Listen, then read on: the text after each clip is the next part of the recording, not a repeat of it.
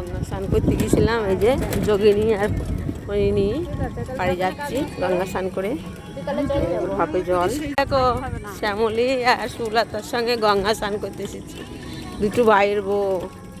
দেখো তোমরা, দেখো তোমরা সব দেশের লোক, সব দেখো দেশের লোক। ভোলানাথের ভক্ত তোমরা। দেখো মঠ, আশ্রম, ওই দেখো আশ্রম, পাট গাছ, পাট গাছ। বয়স্ক ধর্মদা, আপনি কোথায় যাবেন?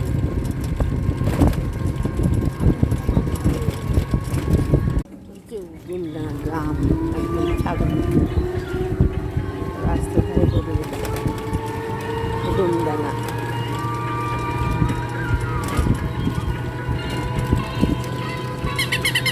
গঙ্গা স্নান করে বাড়ি আসলাম, এসে দেখো পুজো করলাম, সব ঠাকুর ঢাকা দিয়ে আছে।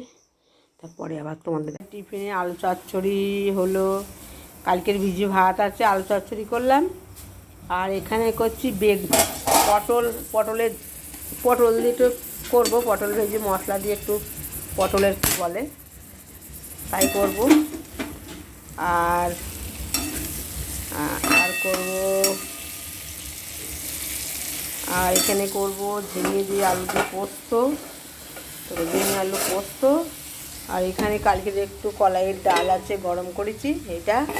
আর বাজারে মাছ আছে, মাছ আসছে, মাছ করব, পরে আবার দেখাচ্ছি। মাছ পোস্ততে একটু পোস্ত কম হয়েছিল বলে একটু কাঁচা বাদাম পোস্তর সঙ্গে বেটে দিলাম, কাঁচা বাদাম। আর এখানে পটলের পাতুরি করব, তাই আদা জিরে লঙ্কা নিয়েছি, বাটবো। পটল ভাজা হয়ে গেছে, এই যে ভাজা হয়ে গেছে, এবার ওটা বেটে দেবো। কী মাছ এনেছে দেখো আমার ছেলে, ইলিশ মাছ এনেছে। আমার জায়ের ভাই, আমাদেরও ভাইয়ের বউ, তারা খাবে, তাই ছেলে একটু ইলিশ মাছ নিয়ে এসছে। আর এটাকে পটলের পাতুরি করেছি। আর পোস্ত আর করলাম না, বাঁধাকপি করব। বাঁধাকপিটা কাটছি, দেখো বাঁধাকপিটা কাটবো বলে বাঁধাকপি দিই, মাছের মাথা দিয়ে করো মা, পোস্ত রেখে দাও। এই বাঁধাকপি দিয়ে মাছের মাথা দিয়েই করবো আজকে এই রান্না হয়ে গেলে আর তোমার সঙ্গে কথা বলবো। তোমরা ভালো থেকো সবাই, রাখছি বন্ধুরা, একটু শেয়ার করো।